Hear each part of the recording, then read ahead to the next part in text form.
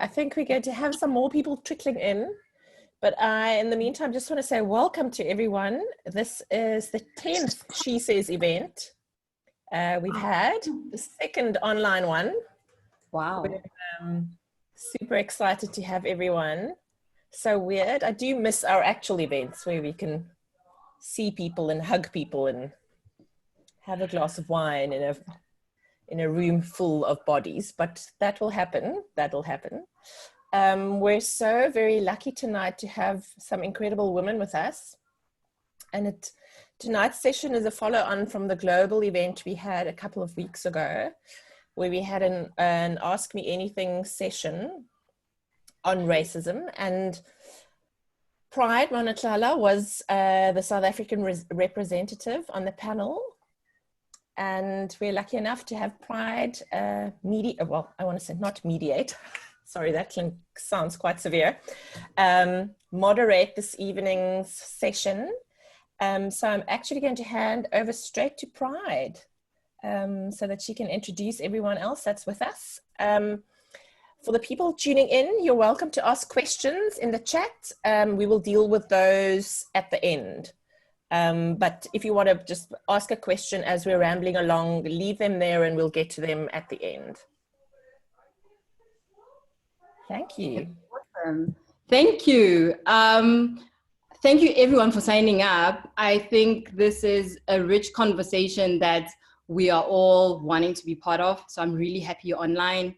I want to introduce the amazing women who are speaking today. Before I do that, I wanted to read from an article. So I'm doing this thing at the moment where I start by quoting famous women that I know.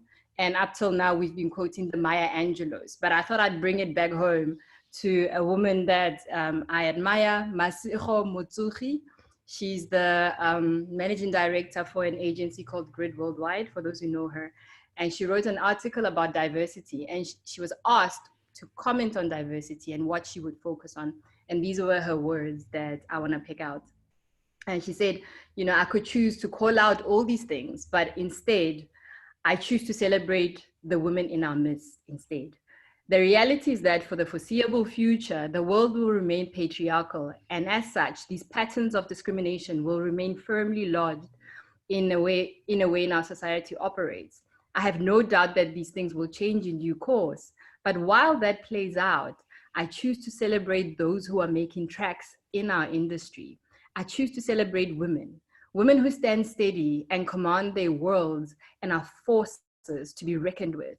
Women who have chosen between their passions and their responsibilities to have to constantly answer questions about how they balance it all. Women who find themselves having to raise their voices a little over the men's so as to be heard. Women who are called angry and are said to need a man to dissipate their obstinate energy, the bossy ones and the too nice ones. I celebrate women who quietly but intentionally give wings to those who are too modest to rear their heads in the wild world, which is quick to dismiss. Mothers, the mothers whose computer keyboards clink away in the middle of the night and those emails collide with those of other mothers they prepare for another looming day that will require them to deliver their best selves. Women who want better for themselves and those around them. The women who are on a quest to move mountains. I celebrate women who find strength in knowing theirs is a fight that may not be won now, but who continue to push back against the grain with assertion that will make a little easier for the younger lionesses making their way. These are many women in our way, in whichever space they find themselves, are making a difference in either how women are perceived through their boldness or those who are directly advancing the women agenda in the industry. And so with that, I hope that we all realize the strength that is woman, as I continue to celebrate women without whom the industry would be all the poorer. Hear to these women. I wanted to start today by saying, today we have those women online, and I want to welcome Paula, Dawn, and Mandisa to the panel, and thank you for your time. And I want to also speak to the women online to say you are also those women. So if you could introduce yourselves, that would be amazing. Paula, you can start. Sorry. The talkative.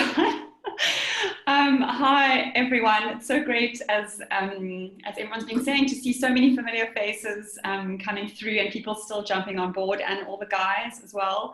My name's Paula Hulley. I attended, I believe, the same school as Dawn, so that's interesting. Nothing like LinkedIn to sort of connect. I'm currently the CEO of the IAB South Africa office. We're in 47 countries around the world, and I look forward to taking this conversation further in terms of our platforms and continuing the conversation, and to see what our global network is up to. I think we're pioneering in this space. So thanks for having the IAB here today. Awesome. Mandisa? Hi everyone, I'm Mandisa. I'm from Think Creative Africa, a Black woman-owned and run agency in Johannesburg that I'm very confident is going to grow in leaps and bounds. I'm very excited for this conversation. It's one of my favorite topics. And I'm very excited to also see my friends and people I know in the industry who've joined this call. Yeah, let's engage and have fun. Thank you. And Dawn? Thanks. Wow, school together, that feels like forever ago. My name is Dawn Rowlands. I'm the CEO for Dentsu across Africa. I'm also an entrepreneur. I came into this business by acquisition many years ago, and then stayed on to build the network across Africa.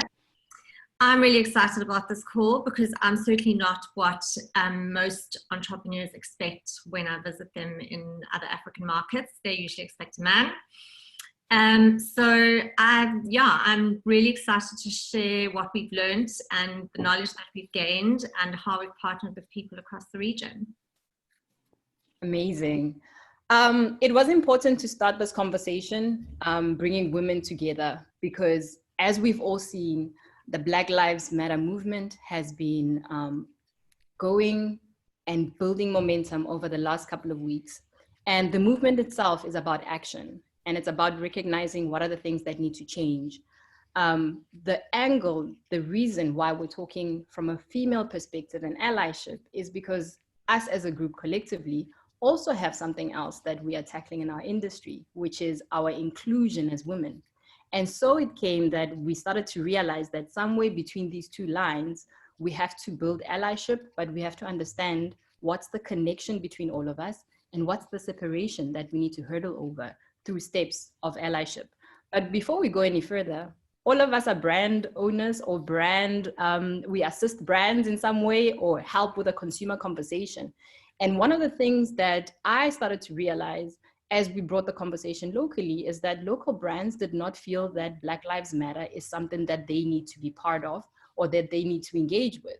And I thought that was a surprising perspective, given our history as a country and our present, and given that this is an everyday conversation in South Africa. So let's start there. What is it about South African brands and companies that make them feel so disconnected from this conversation? Dawn, if you'd like to offer first. Well, I don't think it's just South Africa. I think it's globally. And I think that many of them are built on sort of, let's call it colonial kind of heritages. And they have a lot of guilt. I mean, you ask, and I mean, I tried this recently to find a client that's prepared to stand up and be counted. Mm-hmm. And many, well, all of them have something that they don't really want to come to the front. If you go and have a look at their boards, there's no diversity and inclusion. You know, they're just not, it's just not possible for them to have the conversation, which is really scary. It's actually been one of the main conversations on Twitter. Show us your board. And people have been posting boards from companies on that platform as well to see. Yeah. Paula, what's your thoughts on brand? Well, I think as a brand, ourselves, a small brand, hopefully with a big future, you know, we've worked internally on just that, if the people who are involved in the decision making in our brand are not representative, how do we, continue to expand and scale, in that space? And we're very grateful for our board members, and we are, making small progress each year, and grateful for all the work, from them. I think the IAB, I don't know if everyone knows, with the Interactive Advertising Bureau, we represent the digital sort of economy and advertising, media and marketing world. And for my role in South Africa, and we're made up of brands, publishers, agencies, and education specialists. So I did a bit of informal research, because I think my voice is one thing, but I think it's also good to get the voice of our stakeholders. And the feedback that I got was quite interesting to the question. And I think, to mirror what Dawn's saying, on the one hand, that there is guilt and a fear of saying the wrong thing, so that someone may want to say something, but if they do say something, will they notice everything else that's not right about us? The other answer, and these are not excuses, I mean, these are just, it's feedback, and I think we can build off each of these points, toolkits, and people were asking for that, and I think we all need to do more research, so I won't take too long, but, they were saying that the absence of a voice made the brand perceived as not caring. And it does look that way. But actually the absence of the voice was for other reasons. Not knowing what to say, how to align with their brand, not having done the work yet on aligning brand authenticity with this voice, which is strange for South Africa, considering our background. Other brands commented that they were called out immediately on all their campaigns for having sort of diversity in their influences and their images, and were taken apart, on social, and have learned the hard way, and are starting to build that. So I've got a couple of things here, but maybe I can, put them in an article. Just, I think it's so interesting to see what some of them were saying, and certainly not wanting to participate, but starting these conversations and building forward, and doing the next right thing. I'm glad you mentioned silence, and I want to hear from Mandisa what her view of silence is from the brands. But one of the things that I've observed in this response of authenticity is, it sounds to me very convenient, because authenticity is about the community you're serving. And if you are unable to then say, I stand with you authentically, where is the authenticity in that? So it gets lost a little bit. But Mandisa? So, I mean, I have a slightly different view. I think that a lot of corporates in South Africa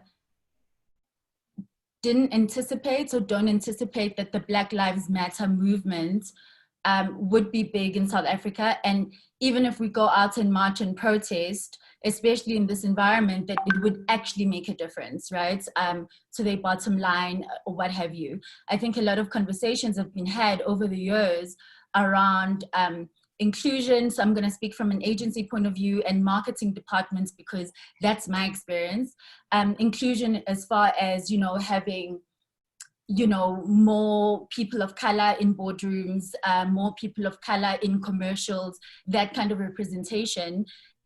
And it's taken a long time to get there. You hear comments like, people say things like, I've built my company up, I'm not just going to give it away. I think there's an unwillingness to be educated about why these things need to happen and why the change needs to happen. So of course, when something like Black Lives Matter comes up, it's like, it's going to boil over in the next kind of couple of days, and then we're going to go back to business as usual. But what's happened in this instance is that we're all at home, as much as we're working longer hours, but we do have the time, so instead of chatting to your friends or meeting up with your friends for a drink, you are now advocating on social media. You have the time to research and look at what the representation on boards look like. But I'd like us to go a little further than that, because I think it's easy to change a board and say, look, we've got you know, the HR director or head of diversity, as they would say in the US, is a Black female, and then there's a Black male who represents the board. What happens at senior level and what happens at medium level in these companies. So I think that there's an unwillingness to kind of to learn what it is because of what it might uncover if companies were to do that. And I think it's actually probably not a bad thing that they haven't commented, because if they do, it means that they're opening up the gates for us to hold them accountable for all the things that they haven't done. But with that said, their silence does speak volumes, because it just means that tells us as consumers that they don't care enough. I'd like to take from what all of you have said and summarize it in what Dawn said about, you know, having the guilt and maybe the shame of what else people can pick at. And Paula, you summarizing how many people are feeling like, I'm not sure what to do next. And Mandisa, you saying that perhaps they shouldn't say anything. One of the things that I did during this time is I send a note to each of the brands that I didn't see any message from or that I really love. And I said, hi, I'm just checking in, not forcing you to post a black block, just asking what is happening and what's your stance on this. And of the 5 that I sent, 1 was really disappointing, but the 4 said, actually, we don't know what to say. And so it dawned on me that their silence was actually just, I actually don't know what to say. So if I'm a brand today and my intention is to show the solidarity and my intention, you know, at the heart of my business, I'm in the right place. I'm employing the right way. I'm managing this correctly, but I've been silent. Can I still speak? How can brands still come forward in an authentic way? I don't know if you have any thoughts on that. Well, I mean, I honestly think the key word there is authenticity. So I think you, as a brand, whatever you do, you have to be able to talk about it in terms of what's at the heart and the core of your brand. And, you know, when you think about really famous brands like Apple, why they do things is sometimes more important than what you would actually experience in a store. The fact that they're setting themselves up as this challenger brand that disrupts what people think is the norm, is kind of the why. And I think that if you don't have a why at the heart of your business, which is inclusive and values diversity, you are going to struggle to actually put out a message, because you actually don't have a soul. And I think this is the amazing thing about Black Lives Matter, because suddenly people are having to really think, well, actually, at the soul of who our business is, which attracts people, which brings in people, actually we don't really have any substance. So my advice to brands would be, if you want to be part of the future, you need to go back and look at that kind of soul of your business and the kind of why you exist. And at that point, you need to embrace diversity and inclusion. And you need to think about that, what that's going to mean for young people going forward. And actually, this is how we're going to move forward. And yes, we messed up, but this is what we're going to do going forward. It's tricky. It's very tough. And the ramifications for brands in some areas will be huge, because some of their consumers wouldn't accept it. But I think that I have a lot of faith in young people. And I think that if you want to have a sustainable brand going forward, you are going to have to do that.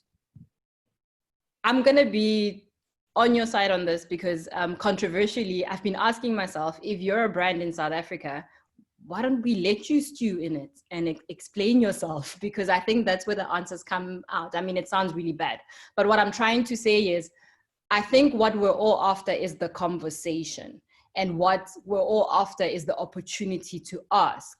And what we're all after is the opportunity to interrogate and maybe then make a decision. You know, don't trick me into buying your product because you said you're with me and then I find out you're not. Let's maybe have that discussion and see, and then see where we can take it, because openness in this movement is important and it's part of the conversation.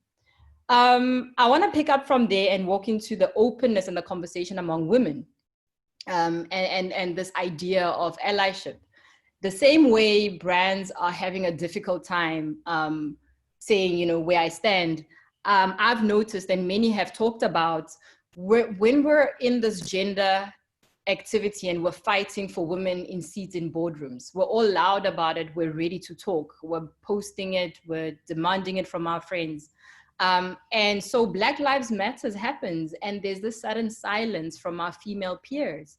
And it got me thinking, what is driving the silence? Why are some women whom we know and interact with, and we fight together and we rally together normally on many things, and then suddenly there's silence? What's happening there?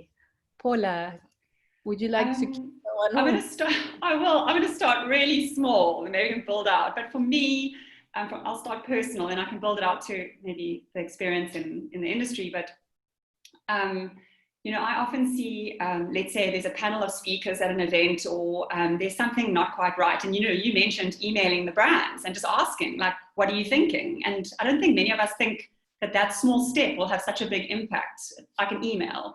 And this week was one of the first weeks where I actually emailed one of my industry colleagues and just said, maybe next time we need some females. It was an all-male panel. And usually I wouldn't sort of step out and say something. And I think to then bridge into your question, you know, silence, it feels like such a big moment at the time, but actually it's such a small thing to shift. And when someone sees something, to just comment and say, not in a confrontational way, just like, I don't think that's right. It's almost like our relationship. If you have children, you're learning that language to get the best behavior from someone, or maybe, you know, a client or an agency. You know, it's about good relationships. And, you know, I've spent, you know, a bit of time looking at allyship and what it stands for. And it's a relationship built over a long period of time. And these are new relationships, some of them, but they have to start with that first moment where we stand up and, you know, just say, no, that's how we do things, and take the relationship from there and build it going forward. And I've certainly seen that, you know, at the IAB and with, you know, our Youth Action Council. Lazuka's the head, and I've sort of taken my hands, you know, off and said, please just go. I wasn't in the meeting, listen, hear what everyone has to say. And there are quite a few of them here in the front row on the talk today. And I'm just so glad to see their faces and hope I do some justice. But I think it's just about having the conversation and just starting it to do the next right thing, the next best thing. I hope that makes sense. Yeah. No, it does. Mandisa, what's been your experience? So I think the most important thing for me is, you know, kind of understanding where we are and why we're here. And if you don't know, genuinely asking. You know, when the news of George Floyd first came out, I was really struck by, you know, I've got a group of friends that follow me on Instagram, where I'm very vocal. And I noticed it was like the same 2-3 white women kind of talking about Black Lives Matter, and the fact that at the time the conversation hadn't progressed to being about BLM, but it was just about, this is not right, we have to do better. And I just kind of like sent out a post saying, why don't you guys say anything? Is it because you may be liberal, but you worry about what happens when you go to the family bride? You know, like, is it because you feel like it's so removed from you because it's happening in South Africa, in America, but then there's the Collins Costa case, where we can advocate for that then here, like, what is the problem? And I had friends come up to me and say, they feel like they're not qualified in talking about Black Lives Matter because as a white person, they know people in their own personal circles or families or immediate families who will say one thing publicly and then do another thing in the background. And my answer to that is, you are doing it because for you, it's an authentic thing that you're doing. It doesn't matter what anyone else is doing. And that's how you become an ally, is that you say, I don't know where I'm starting from. I don't know what it is that is required from me, but I'm happy to learn. And I think in the last couple of weeks, again, there's been a lot of engagement and a lot of people saying, what can I do? And a lot of education around it. And I think in a way, like this whole wave has helped us as well in South Africa, because we are having more real conversations. Because before George Floyd, it was all very superficial. We all hang out at Royale on Fridays and have a good time, and we're like, oh cool, my friends, and we tag everyone, but we're not going deeper, and this is allowing us to. And the thing is, there's something very problematic that's called cancel culture, where if someone says something wrong, we cancel them immediately. And I think, again, in these last couple of weeks, what we've come to learn and understand is that cancel culture is toxic, because it's not allowing someone to stand up and say, I actually didn't know, please teach me, and use moments as teachable moments, because we're so accustomed to just beating each other down versus learning and growing together. And I know a lot of people who've made mistakes in work in spaces, who I can see on social media that are really trying to make a difference and are asking questions. And I think what we are asking as Black women, because I'm representing them today, is that ask us what it is that you can do to help, and we are here. If it doesn't make sense in your head, we always say to children that there's no such thing as a stupid question.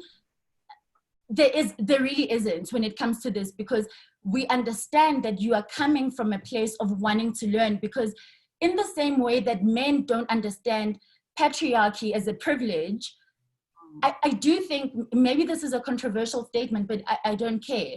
I think a lot of white people don't understand the privilege that they have.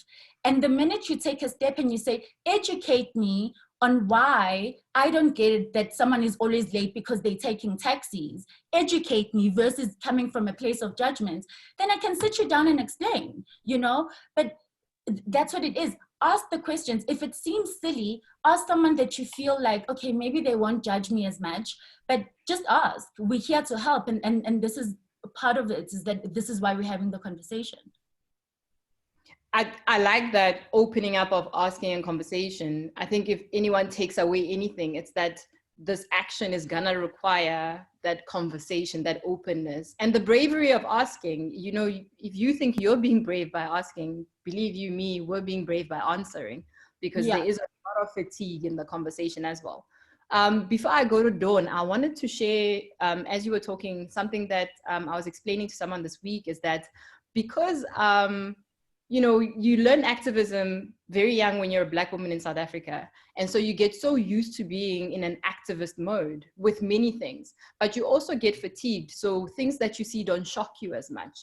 And it's gonna come as a weird thought, but when I watched the George Floyd video, I was as dismayed as everyone, but not to the point of real shock. That's how much damage I've seen in my life, that a video like that, to me, didn't occur to me that it's going to start a fueling worldwide movement, because that's been the life I know and experience and see and know of someone who's experienced something worse. So over time, you get desensitized to these things. And so you stop listening and you don't necessarily engage as well as you would.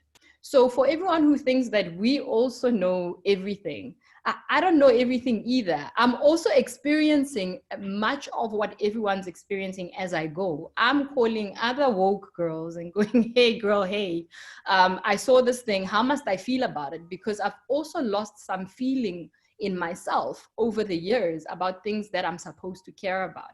Because over time, you just get desensitized. So there's a lot of patience in this conversation, both sides, that everyone just needs to be kinder to each other and say, I'm gonna ask, but please remember that I'm coming from a place of openness and I wanna engage on this. Dawn, your thoughts on the allyship and the silence? Well, I mean, I think I was very fortunate in that I had a father who kind of, you know, instilled some sort of principles in me and encouraged me to be kind of anything that I want to be. And I think what he taught me was self-love and reliance. Not that I can't rely or trust on anybody else, but just how to rely and trust myself. And often when I speak to women, I'm incredibly frustrated by the fact that they lack the curiosity or are so happy to hand over the balance of power that they have to a man or somebody else to actually kind of run and take control of their lives. And I think it kind of really angered me. What also angered me is how people treat me. And I can understand, you know, from your perspective, how that feels, because to walk into a room and have people sniggering or just treating you differently because you're a woman is something that's very real. But I made a decision when I was quite young, actually. I think it was about 25 or 26. And I was the only female on an advertising agency board. And I made a decision to actually let that anger go. And the reason for that is that I just didn't want to begrudge anybody their success. That even if they got it easily, I literally took a decision. I was like, you know, actually, I'm going to focus my time, my energy on being smarter, more competitive, more strategic, and I'm going to let this go. And I think and then act, because that's the final part. And I'm glad you spoke about action. You know, maybe if you are silent and you are not commenting, maybe what you're thinking about is how you can actually take real action and, you know, come out of the starting blocks with something that just kind of like knocks everybody out of the water. I'm also not a big kind of supporter of like superficial social kind of posting and that kind of thing. I'm a very like make it real person. Okay, yeah. Yeah, so I think just having had exposure to our entire region for the last 8 or 9 years and seeing young people that we've sent from South Africa to Ghana, Nigeria, Kenya to live for periods of time, the reaction of both young and white people that have gone to those countries has been fascinating to see, because you're out of your norm. I mean, everyone's black, right? The commentary from young people of like, wow, I didn't actually realize I was a racist. You know, I didn't actually realize I was a racist. So you look at this and you think it's only by giving people exposure, really bringing this into them, right in front of them, that you're actually going to change their behavior. And I mean, as I said, I'm certainly not what they expect when I travel there and develop these relationships and partnerships. But the amazing feedback and the incredible level of collaboration and trust that we have built as a team is just amazing. And that diversity and inclusion has helped us to grow our business to #1 in most of those markets, which, you know, if you want to, I think you're right. If you really want to get past this with people, you have to make an investment, firstly in understanding, and then second, because that can kind of move down on both women. Sorry, Dawn, it cut off there just for a second at the end. Sorry. What I said is there are 2 things that if you really want to move forward from an allyship perspective, is firstly, you need to create a level of understanding between you. So really, really deeply make an effort to understand that where that person's coming from. And then secondly, to build trust over time.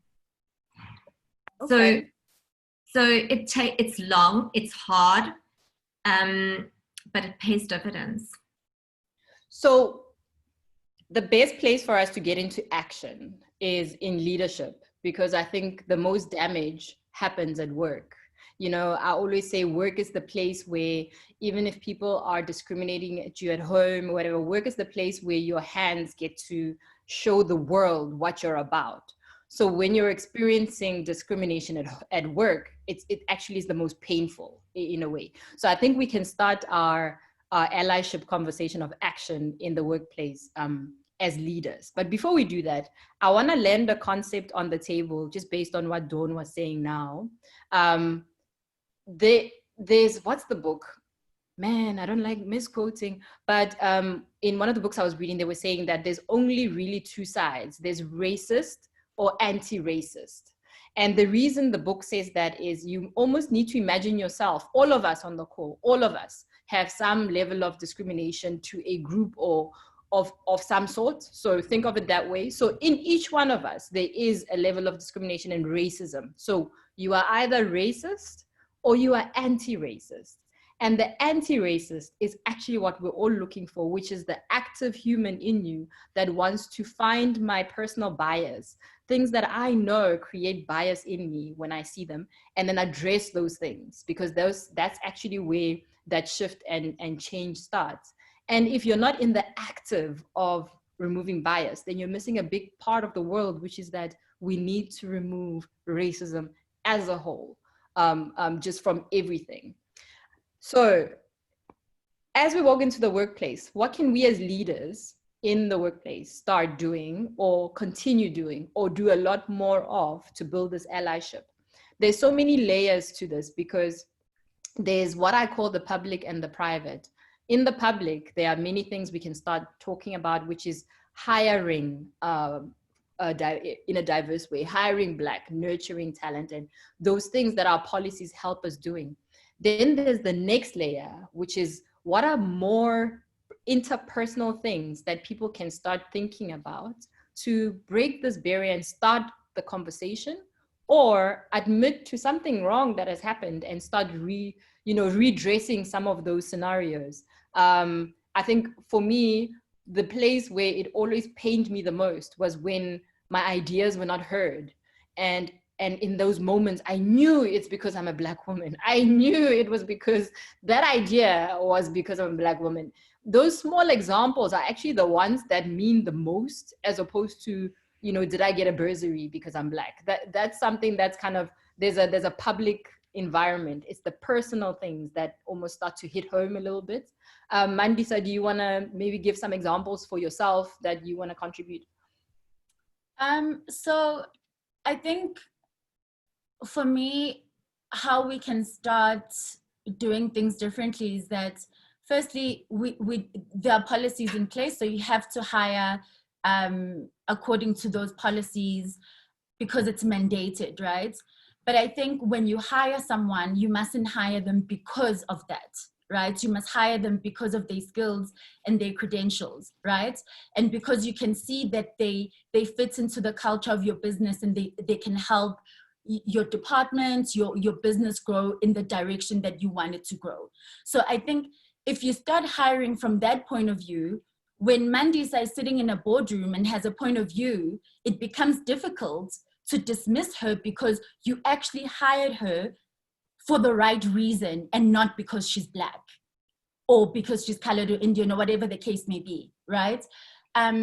Because I think that's what makes the difference. Is if someone is sitting in a boardroom and you're looking at them and you're saying, oh, it's a BE appointee, you're gonna treat them like a BE appointee. So much so that when briefs that speak to my demographic, or I make the target group for whatever the product is, you're not even gonna consider giving that brief to me because, she's just a BE appointee. So I think if we start hiring from that point of view, it's gonna eliminate all of the unnecessary things.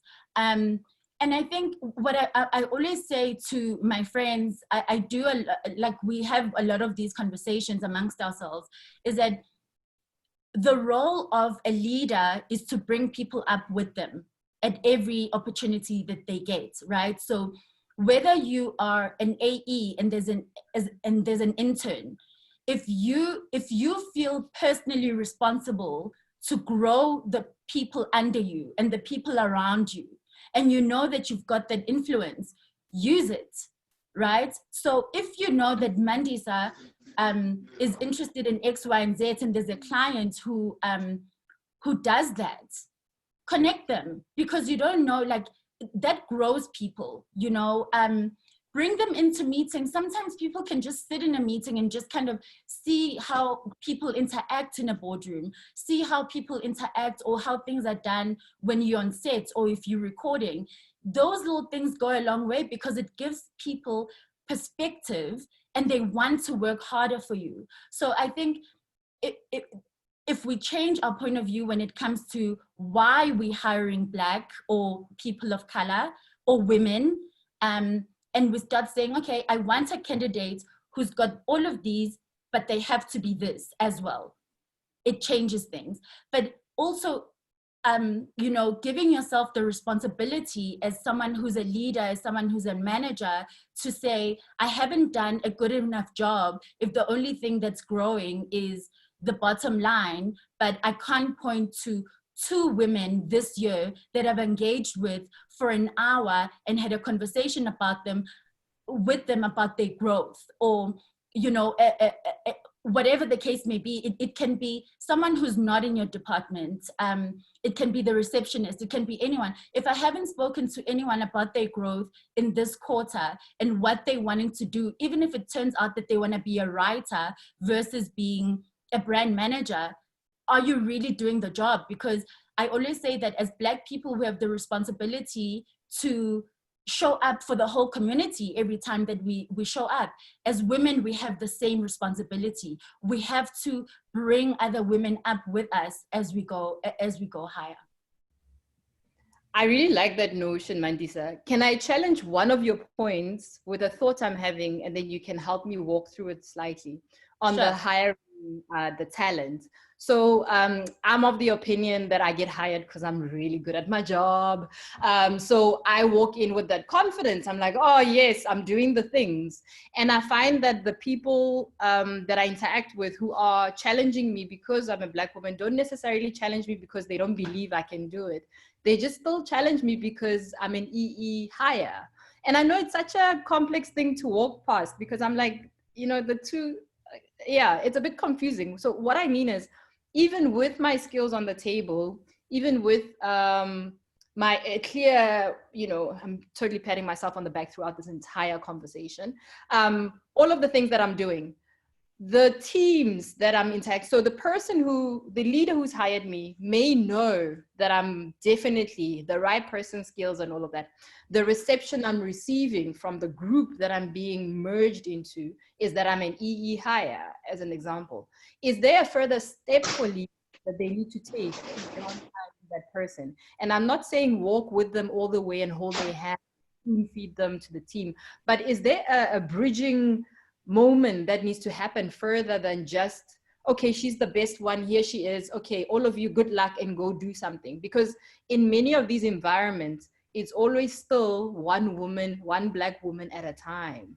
So is there something else in that maybe, you know, and maybe I'm speaking also from a client perspective, you know, in the agency world, things are a little bit differently. So as a client in our environments, we groom brand managers to become marketing managers, to become marketing directors one day. So we actually have access and capability to training and induction methods that we can use. We use those things when we're bringing in foreign people into the team for a period. So maybe there's something about merging this person into the team, but also being clear to everybody that all of you are here because of your skill, including the new person. Because I sometimes get lost between, I'm using in this conversation, I sometimes will get lost between, is this a criticism of me being new, or is it a criticism of perceptions of me being an EE candidate, as an example?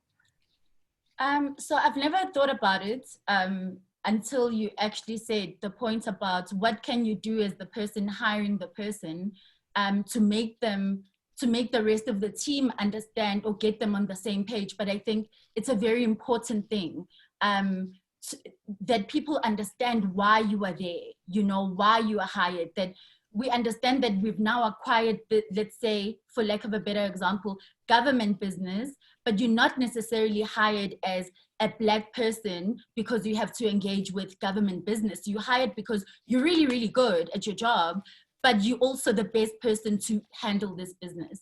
So I think that's very important. But I want to go to something that Dawn said earlier, where she said, when she was sitting in that board and she realized that she was the only woman, and she was like, I need to stop being angry, is every time I walk into a new environment, I already know that people think that I'm bossy. All the words that you can think of that describe women who are confident, Black women who are confident, I think I've been described as that.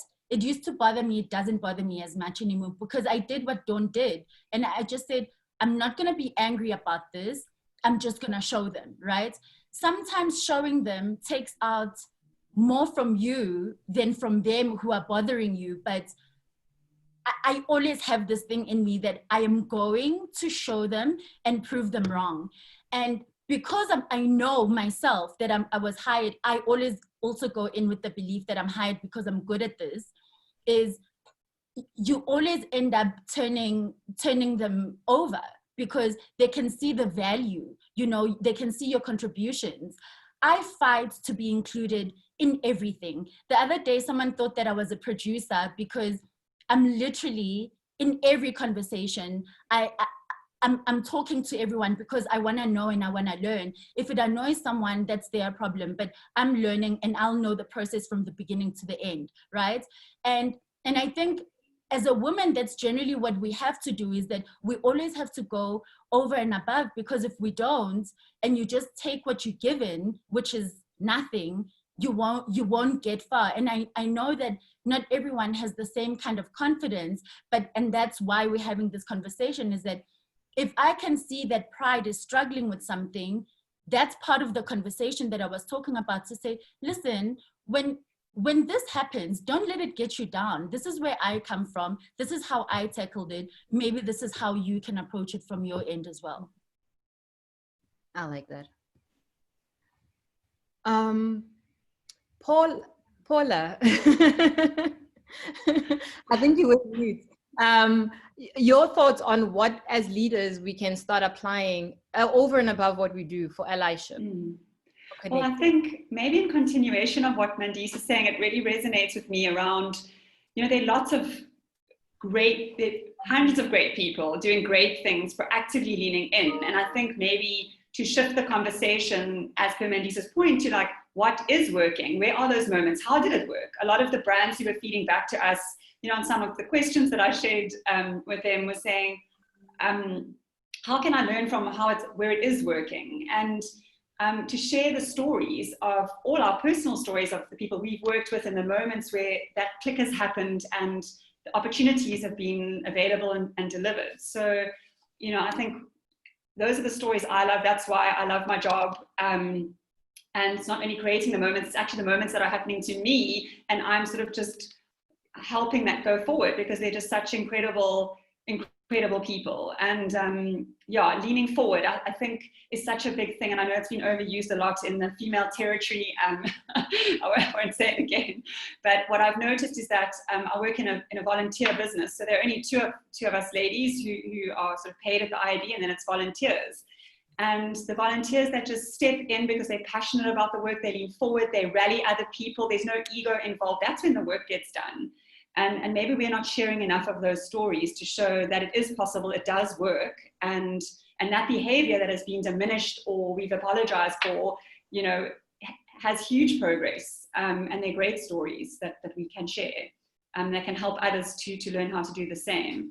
And I think the other thing I just wanted to add, and it was a refreshing and sort of horribly humbling sort of learning for me this week, is that allyship, I think I've just got it here, is not self-defined. Its work and efforts must be recognized by those you are seeking to ally with. And I just don't think we ask enough of, did this work? How are you finding this? We think we know the answers, and we're trying to make progress, and we're trying to do it. We're not actually asking them, you know, how was that experience for you? what can we do better? So I think allyship is not because I want to be great and have a profile. It's because I want to hear from you. I want to learn from you and see how we can progress. Yeah, I like that. I'm gonna ask something I wanted to ask earlier, which is about, it's also around allyship in how we lead.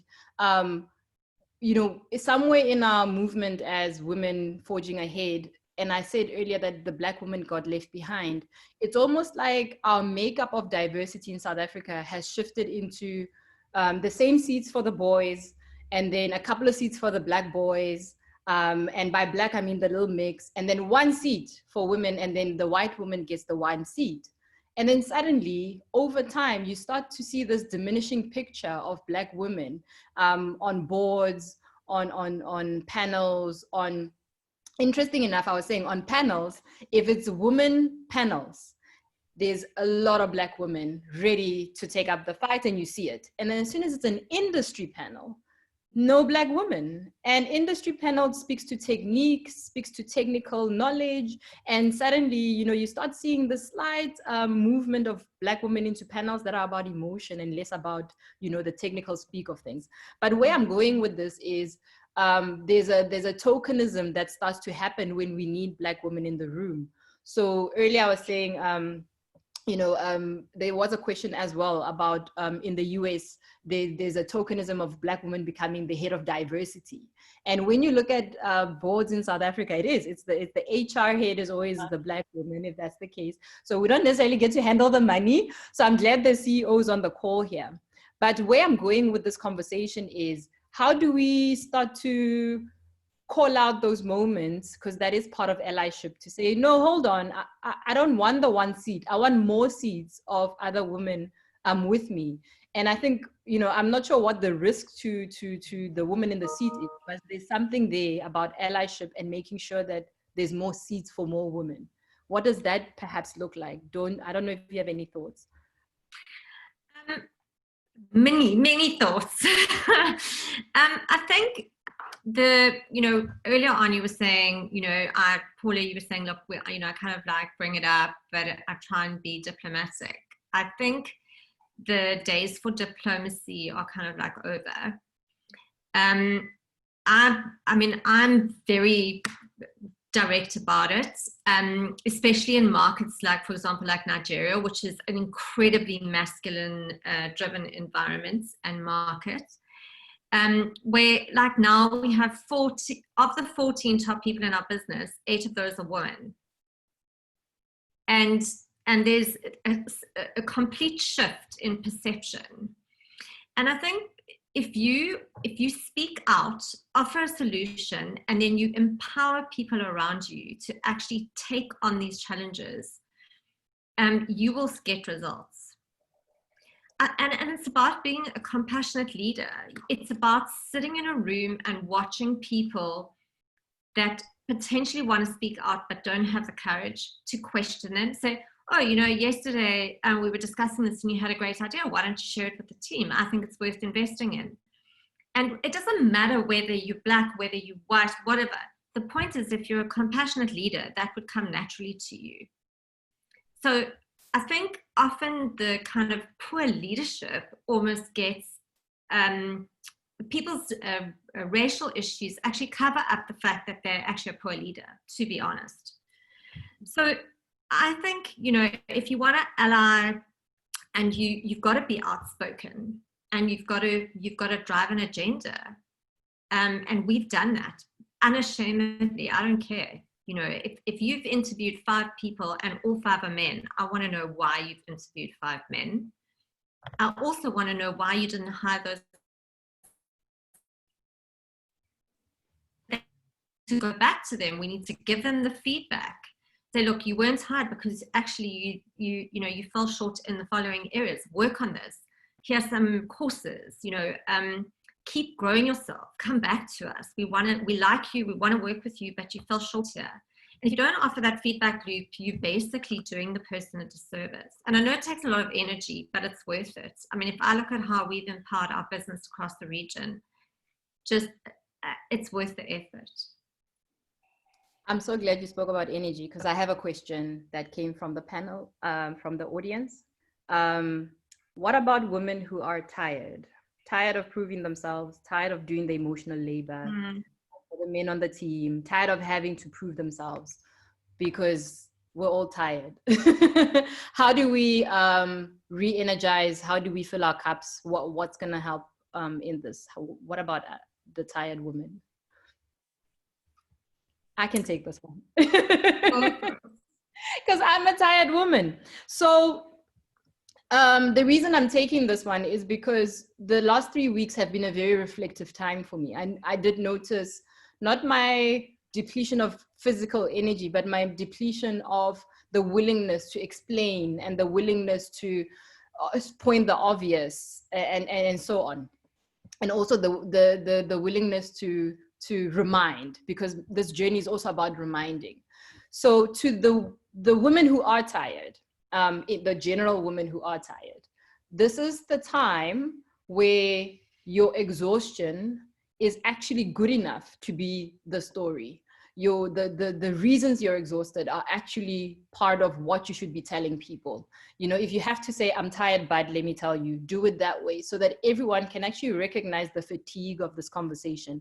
But what I will offer is that allow yourself time to write one constructive thing that you want to get out of every single conversation that you walk into, so that at the end of each story, you've left everybody with one piece of advice. What I've chosen that to be for myself is to say, you are only responsible for what's in your true heart. If whatever you are asking somebody else about, you can look in the mirror and say, I honestly told the truth about that moment, then you will have done the work that I'm exhausted about.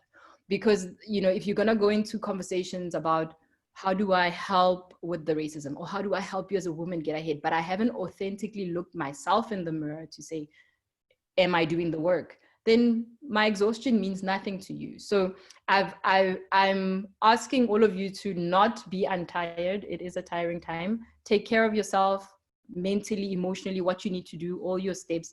But ask yourself one thing that you'd like to get out of every single conversation you walk into. And if that one thing can yield a result that the individual or the people around them can change something, then I think you will be more energized by that outcome than you will about anything else, because you can't change other people. You have to preserve for yourself now. For the women who are not tired, from Paula, Mandisa, Dawn, I've been hearing your energy, and you are energizing me. You have been energizing me throughout this conversation. What I would ask of you is to continue speaking and continue sharing and continue telling other people what your experiences are, because that small thing that you hear changes my day and my energy and everyone else who's tired. So that's part of allyship, is passing this baton along between all of us. And when you have the baton, you're running with it. When I'm re-energizing, I'm going to pick it up and run with it from you. So I'm looking at the time, and we've run the whole hour, and we didn't even cover all the questions, but you know, I think we covered as many as possible. I'd like to use the next minute to recap on our conversation holistically, how people, women specifically, let's start with brands specifically, have been shy to speak because there might be fear, there might be shame, a lot of guilt. And the understanding then needs to be, what am I expecting from this brand? And hey, ask them if they're not telling you anything. Go ahead and ask them, but allow for the conversation for those brands who haven't done things right to actually say, today is our day one, this is my first step, and then push along. For the women, especially the white women who want to be allies to the movement, who want to show their solidarity but haven't spoken, remember, it's about not betraying yourself. It's your authentic self coming forward, and make sure that you speak to people that you care about, because that's where the authenticity actually lies. So allow yourself to have open conversations in a place where you are trusted.